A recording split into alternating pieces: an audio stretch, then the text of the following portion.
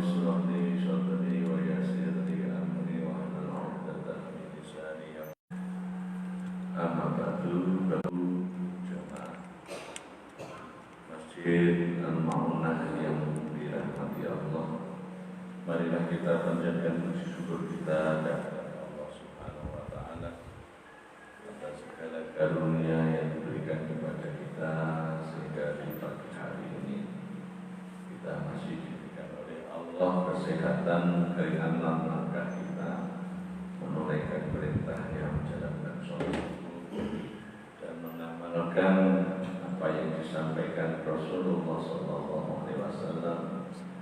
Man hadara majlis ilmi fi Ramadan kataballahu bi kulli khatwatin ibadatan sanatin atau kama qala.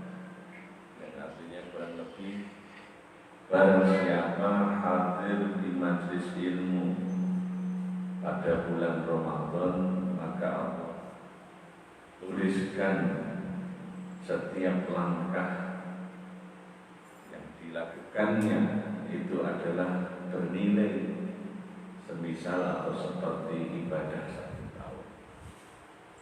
Jadi semakin panjang atau semakin jauh langkah kita, berarti semakin banyak bukti-bukti ibadah yang bisa kita kumpulkan sebab majelis ilmu. Betapa beruntung orang yang senantiasa istiqomah di bulan Ramadan ini, ikut kajian, ikut mengaji, baik itu kultum subuh tarawih ataupun buka bersama dan lain sebagainya. Pokoknya majelis ilmu yang diikutinya ini akan membawa yakni kepada banyaknya ibadah-ibadah yang diperoleh orang tersebut. Mudah-mudahan kita termasuk di antara mereka itu semuanya. Amin ya rabbal alamin. Bapak-bapak, ibu-ibu rahimakumullah, salawat dan salam semoga senantiasa tercurah kepada baginda agung Nabi Muhammad sallallahu alaihi wasallam yang telah mendidik kita di bulan Ramadan ini dengan berbagai macam keteladanan, baik itu berupa amalan, baik itu contoh-contoh uswah yang beliau katakan, beliau contohkan untuk kita semuanya. Bapak Ibu rahimakumullah, selanjutnya bagaimana caranya kita di dalam beribadah, waktu khusus apapun yang ada di dalam bulan Ramadan itu kita lakukan dengan rasa senang, dengan rasa bahagia, dengan sukacita. Karena rasa sukacita itu, senang itu merupakan bentuk keberpihakan kita kepada perintah Allah, kepada taat kepadanya, syukur kepadanya, dan itu adalah pilihan fitrah yang terpilih kepada Allah. Karena kebanyakan orang itu kalau diperintahkan oleh Allah, apalagi yang sifatnya membebani kepada dirinya seperti puasa itu ya rata-rata akur. Terus boten puasa itu menyerahkan jiwa kita kepada Allah. Karena apa? Namanya puasa itu kita tidak makan dan minum dan hal yang membatalkan dari waktunya, ya. Itu padahal fitrahnya manusia itu senang makan, makan minum itu merupakan kewajiban. Dalam artian makan dan minum itu kebutuhan pokok. Kalau tidak makan dan tidak minum, orang tidak bisa hidup. Dalam artian secara fitrahnya ini nafsu terus tidak suka, sinten kemauan, kecuali orang yang sudah punya kegemaran puasa itu betul. Saya teringat dengan kiai yang ada di Caruban, di Masjid Masyaallah, putra Mbah Mu'alif, seorang musik dari Qadiriyah Nasabandiyah itu di Caruban. Pondoknya daerahnya namanya Kampung Solang. itu beliau luar biasa, orangnya bohong lagi besar itu. Tapi waktu tahun 2000 berapa saya ketemu, sekitar tahun 2009 atau 2000, itu sudah ketika di anu itu sekitar riwayat yang kita dengar lebih dari 30 tahun puasa. Jadi kalau hari-hari yang tertentu yang diharamkan itu dia enggak puasa, tapi semua tiap hari sampai puluhan tahun itu beliau puasa. Tapi gemuknya itu mungkin oleh Allah untuk menutupi bahwa beliau itu orang yang sejani, senang puasa, tapi ditutupi supaya tidak kelihatan. Kalau gemuk itu kan identik dengan enggak puasa, enggak kuat. Tapi beliau jadi secara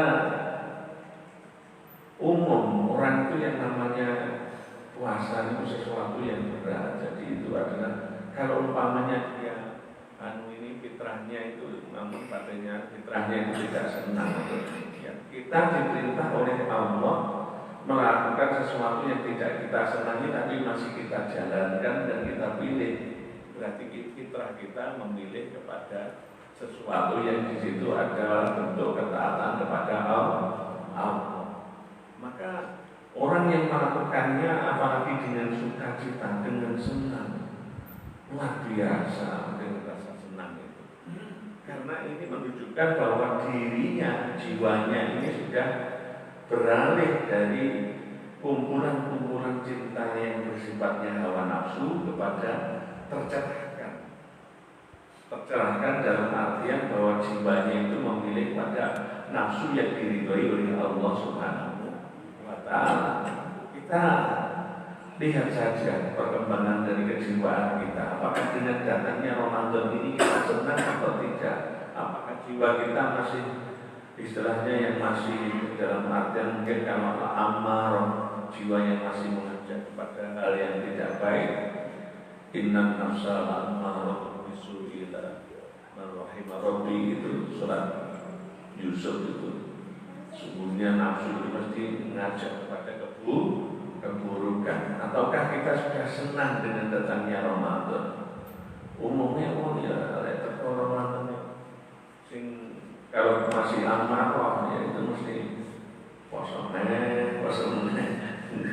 Karena yang itu terus mikir serampung dengan keadaan bodoh. Itu sudah hawa nafsu jiwaan yang istilahnya itu adalah amarah bisu. Dalam artian memang jiwa yang belum tercerahkan untuk menjadi senang dengan datangnya Ramadan. Kalau orang yang senang dengan datangnya Ramadan, Allah untuk melalui bagi dalam menyatakan man farihati di Ramadan haram Allah jasada malaikat. Orang yang senang dengan datangnya Ramadan, Allah haramkan jasadnya dari api neraka. Ini menunjukkan levelnya bukan amarah lagi, bukan nafsu yang istilahnya mengajak kepada keburukan.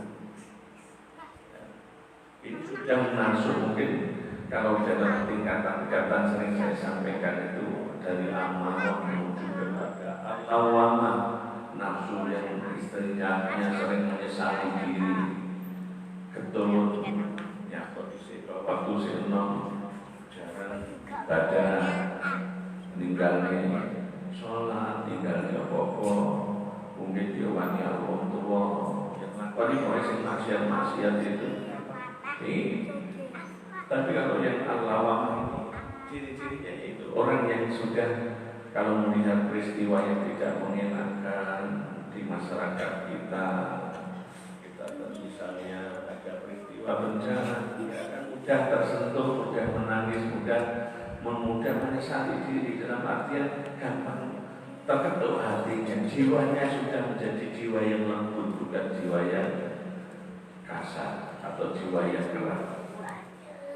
Atau naik lagi dari Allah kepada nafsu mulhamah, nafsu yang sifatnya adalah terinspirasi, terberikan oleh Allah ilham, nafsu yang senantiasa koreksi diri, mencari inspirasi yang dari sifatnya dari Allah Subhanahu wa Ta'ala, sehingga dia apa sih yang bisa saya lakukan di bulan Ramadan ini? yang bisa menambah kepada amal-amal batiniah saya yang bermanfaat bagi saya. Mungkin akan menambahkan amal-amal secara amal hati. Jadi amal itu pengertiannya itu tidak semata-mata amal itu adalah sesuatu yang sifatnya fisik. Hati pun bisa beramal dengan kerendahan hatian, mendoakan orang lain, itu amal hati. Ini saudara-saudara kita yang terkena musibah, tidak menyalahkan kepada apapun dan apapun, tapi kembalikan kepada Allah Subhanahu wa Ta'ala. Mengetahui bahwa semuanya itu atas izin dan kehendak dari Allah Subhanahu wa Ta'ala, dan tak lupa mendoakan saudara-saudaranya. Ini naik levelnya orang yang dari lawamah menuju kepada mutamah. Apalagi sampai sifatnya yang nafsu mutmainnah yang tenang, yang siap dan rela dengan apapun yang Allah kehendaki.